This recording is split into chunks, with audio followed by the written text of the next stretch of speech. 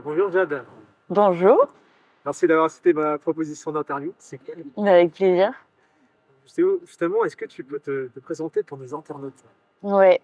Alors, je m'appelle Jade Verda, je suis artiste, plasticienne et danseuse, et j'ai cofondé un collectif qui s'appelle Minuit 12, qui rassemble des danseurs et des artistes qui traitent des questions climatiques, écologiques et de biodiversité. Alors Jade, justement, c'était quoi les éléments déclencheurs de ta passion pour l'art? Ma passion pour l'art, Intense. euh, je sais pas s'il y a un élément déclencheur, j'ai toujours dansé, j'ai toujours créé, j'ai toujours utiliser mon corps comme moyen d'expression. Donc là, je parle, mais la majorité du temps, je danse et c'est beaucoup plus facile pour moi de danser et de dire des choses en dansant. Je veux dire, t'as un art un peu spécial. Tu danses, tu exprimes ton corps donc, pour diffuser des messages en lien avec l'écologie, l'environnement. C'est devenu comment ton engagement pour l'environnement? C'est quoi qui t'a emmené vers ça? L'engagement pour l'environnement, ça fait très longtemps. Ça date du collège, lycée, parce que j'habitais à côté d'une forêt. Et j'ai passé beaucoup de temps et j'ai beaucoup lu les philosophes environnementaux. Euh, donc ça fait longtemps, mais par contre, trouver le moyen de m'engager, de m'exprimer, dans quelle association aller, par quel bout prendre, j'ai mis vraiment beaucoup de temps. Au-delà de juste l'intérêt, parce que mon moyen d'expression favori, c'est le moyen artistique. Et je suis trop contente qu'on ait réussi à le faire avec le collectif Minuit 12. Enfin, en fait, on l'a juste monté avec des potes en se disant, bon, bah, s'il n'y a pas quelque chose qui nous ressemble ou qu'on aime, on a qu'à le monter, et donc c'est ce qu'on fait. Le collectif Mini 12, alors c'est quoi? C'est un ensemble de danseurs, danseuses, c'est ça? Ouais, alors ça a été monté en 2021 par 5 danseurs et danseuses. Et initialement, c'était pour faire un spectacle, un conte environnemental sur l'eau qui s'appelle Écume. Et en fait, de fil en aiguille, on s'est chauffé, on a fait d'autres projets et tout. Et le truc nous a complètement dépassés. Et en fait, on s'est retrouvés à faire d'autres créations et à faire aussi de l'activisme par la danse. Donc, beaucoup danser dans l'espace public, danser devant le siège de Total contre le projet ICOP, danser contre le forage des fonds marins. Et donc, de réfléchir à la fois des créations qui soient adaptées à des théâtres, à des courts-métrages, et donc traiter de ces questions-là, mais pas de manière frontale. Comment, avec la danse, on peut raconter quelque chose, comment on peut émouvoir, créer de la sensibilité. Et après aussi avec de l'activisme. Donc, comment on peut aider l'activisme à réinventer ses formes aussi de mobilisation, et donc en dansant devant des blocages, en mettant un peu de joie aussi, un peu de fête dans tous ces moments. Et ça marche de plus en plus. Enfin, de plus en plus d'associations nous demandent de faire des choses, de créer. C'est très, les formats se réinventent et c'est assez stimulant. Tu peux nous parler du documentaire Pourquoi on se bat? Comment c'est venu l'idée? C'est comme ça d'ailleurs que je t'ai découvert. Ouais. Donc j'ai participé à un documentaire qui s'appelle Pourquoi on se bat, qui est réalisé par Camille Etienne et Solal Moisan. Et c'est parti on était confinés ensemble, on est trois très bons amis, et chacun on a des métiers différents. C'est-à-dire que Camille est activiste, Solal est réalisateur, et moi je suis artiste et danseuse. Et du coup on s'est dit on avait un peu envie de faire un long périple, quelque chose qu'on éprouve, et pour aller vraiment palper la réalité du dérèglement climatique. Et en l'occurrence la fonte des glaces. Donc on est parti en Islande en voilier. C'était toute une expédition. On a rencontré Eco Arvik, donc un équipage qui naviguait enfin qui faisait le tour du monde. Et on allait en Islande avec eux. Ça a duré 2 semaines la navigation, tout ça. Après on allait sur les glaciers et puis de fil en aiguille, en fait, on a recreusé le sujet aussi en Europe. Donc on est allé en Belgique euh, voir les inondations qui avaient eu lieu il y a 2 ans.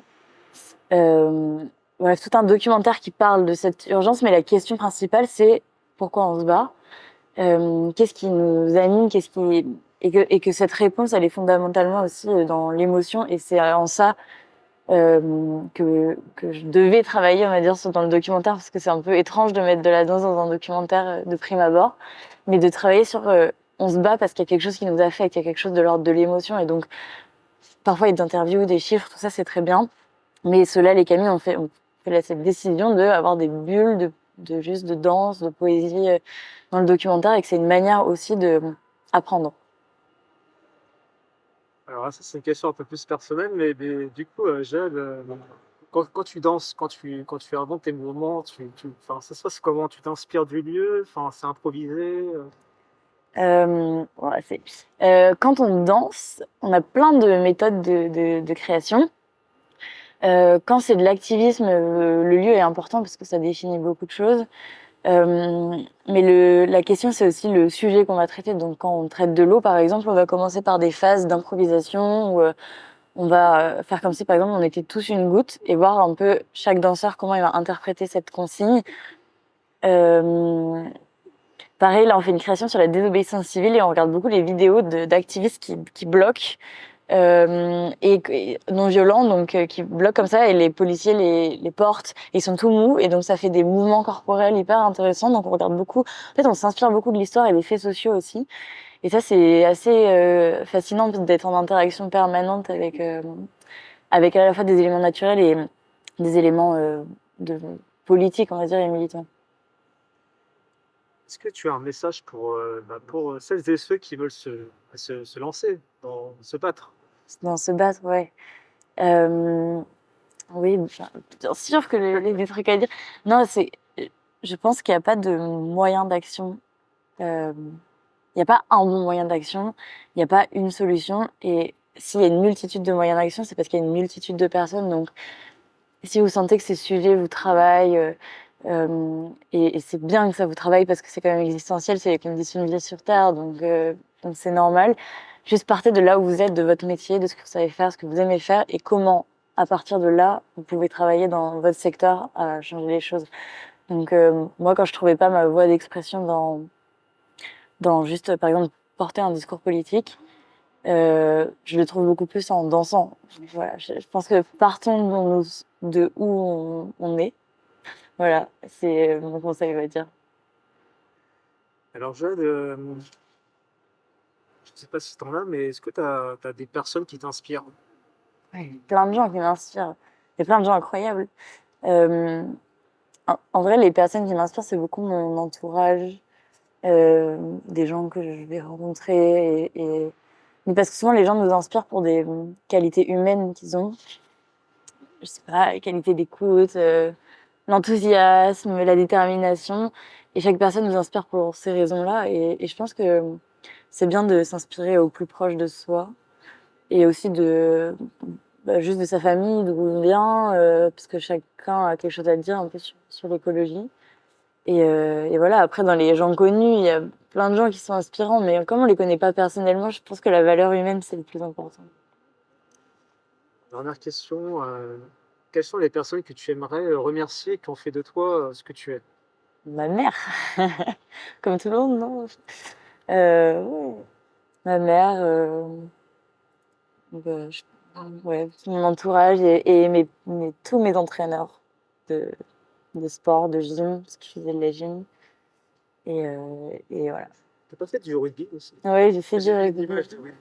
Oui, c'est ça. Le sport est très structurant et le corps de manière générale. Donc, de la danse au rugby, pour moi, il y a une continuité. C'est un autre sujet. Bon, bah, prochaine étape, prochaine aventure. Prochaine aventure, des vacances, les vacances. Ah, il faut. On a beaucoup travaillé là, avec le collectif Mini 12, mais non, on a beaucoup de projets pour la rentrée. Et on va faire une performance avec le Théâtre du Châtelet en septembre. On va organiser une nuit blanche aussi au musée d'Orsay. Ok. Et on va continuer de développer des petites créations. Mais pour ça, il faut suivre ce qu'on fait parce que pour l'instant, je peux pas vous en dire plus. Alors, on te suit sur quoi? Sur Facebook, sur Instagram? Instagram plutôt.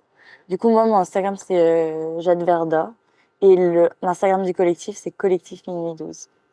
Super, Jade. Bah, écoute, je te remercie pour ce moment de partage et puis l'aventure continue. Ouais, merci beaucoup. Bonne journée.